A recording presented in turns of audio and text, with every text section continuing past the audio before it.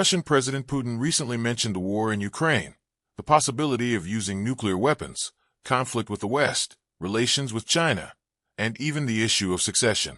His remarks are being interpreted as a sophisticated message that emphasizes Russia's position while also being conscious of the eyes of the international community.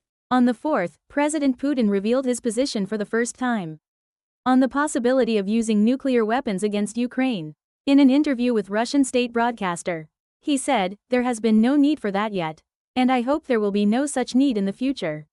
But he did not directly deny the possibility of using nuclear weapons, either. He refuted the criticism of the international community, saying, "The West is provoking us and leading us to make mistakes." Regarding the war that Russia has been waging since 2022, Putin emphasized, "We have sufficient capabilities and resources to achieve the logical results we want."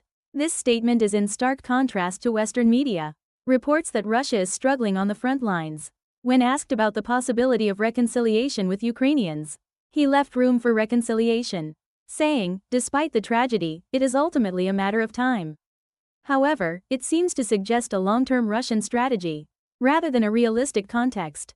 President Putin emphasized the legitimacy of this military operation, and mentioned the Minsk agreements signed in 2014. This is a peace agreement to resolve the Ukrainian civil war, but he claimed that Russia did not start the operation earlier because it wanted to resolve it peacefully. In addition, Putin criticized that the West has been acting insidiously since the early 2000s, and emphasized that the annexation of Crimea in 2014 and the full-scale invasion in 2022 were legitimate responses to the West's actions that threatened regional security.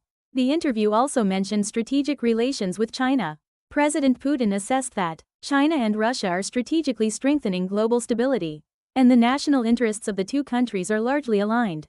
This is interpreted as a statement to further highlight the close relationship between China and Russia, ahead of Chinese President Xi Jinping's visit to Russia on the 9th in attendance at the 80th anniversary of the victory in World War II. He also emphasized the multipolar world order, saying that the G7's share of the global economy will decrease over the next 25 years. The most unusual statement was on the issue of succession. Putin said, "A person who does not have the trust of the people cannot do important things, and that there should be not one but several trusted figures." This is interpreted as a rare indirect reference to the post-Putin era, and could be a signal for a change in the political landscape of Russia. War, nuclear weapons, the West, alliances, and even a successor.